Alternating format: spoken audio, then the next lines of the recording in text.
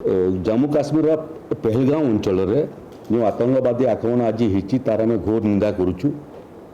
बुरीर आक्रमण पर जिते भारत सरकार तरफ सर्जिकल स्ट्राइक पाकिस्तान भितर पशिक है लंबा समय पर्यंत बड़ आतंकवादी आक्रमण बंद होता।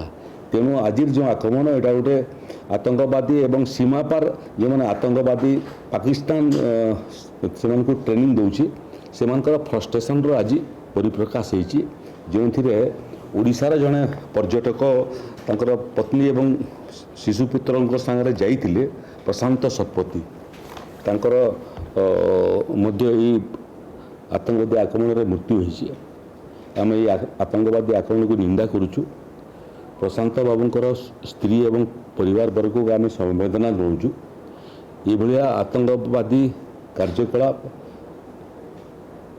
गणतंत्र पई, समाज पई एवं सारा विश्व पई समीचीन नुह। आमर ये दिगरे जम्मू काश्मीर रे सविशेष तथ्य पाइबा पर्यंत आम संपर्क में अच्छु एवं प्रशांत शतपथी तांकर मृतदेह किमिति ओडिशा को एवं निज बासस्थान को फेरिबो से बाबद राज्य सरकार प्रयत्न कर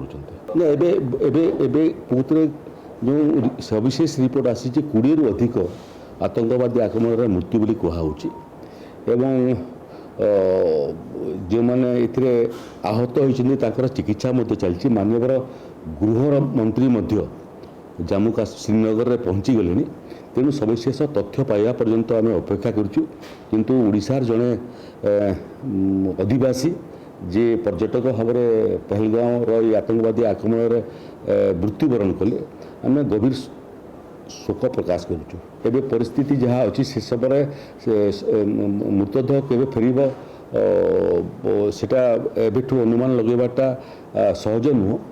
किंतु परिस्थिति टिके ठीक ठाक है निश्चित भाव में राज्य सरकार केंद्र सरकार एवं जम्मू काश्मीर प्रशासन सागर संपर्क में रे मृतदेह को यथाशीघ्र ओडिशा को फेरी आने सरकार में पूरा सहयोग रही सन्देह अच्छी। ओडिशार लोक से सबू विषय माननीय मुख्यमंत्री अवगत अच्छा एवं ये सब विषय थे मृतदेह फेरवाटा आमर प्राथमिक दायित्व। मृतदेह फेरला बाकी जहाँ आनुषंगिक साहाय्य सहयोग आवश्यकता अच्छी से ओडिशा सरकार करेंगे।